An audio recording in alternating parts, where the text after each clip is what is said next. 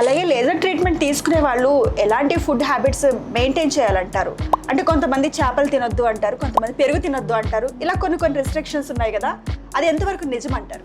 చూడండి, సైంటిఫిక్గా దీనికి ఎవిడెన్స్ లేకపోయినా జనరల్లీ ఈ ప్రాక్టీస్ రకంగా లాస్ట్ 25 years నుంచి నేను చూసిన దాన్ని బట్టి అయితే నిమ్మకాయ, చట్నీలు, ఊరగాయలు ఇవి తినకుండా ఉంటే మంచిదండి.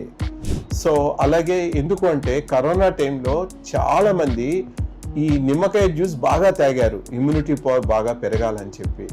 అలాగే చికెన్, ఎగ్స్ అవి బాగా లాగిచ్చారు. ఆ కరోనా పీరియడ్ కాగానే వెంటనే తెల్ల మచ్చలు చాలా మందికి వచ్చాయి. ఫ్యామిలీ హిస్టరీ ఉన్న వాళ్ళకు అంతవరకు తెల్ల మచ్చలు లేని వాళ్ళకు కూడా తెల్ల మచ్చలు వచ్చాయి. లేక తెల్ల మచ్చలు ఉండి తగ్గిపోయిన వాళ్ళకు కూడా మళ్ళీ రిపీట్ అయ్యాయి తెల్ల మచ్చలు.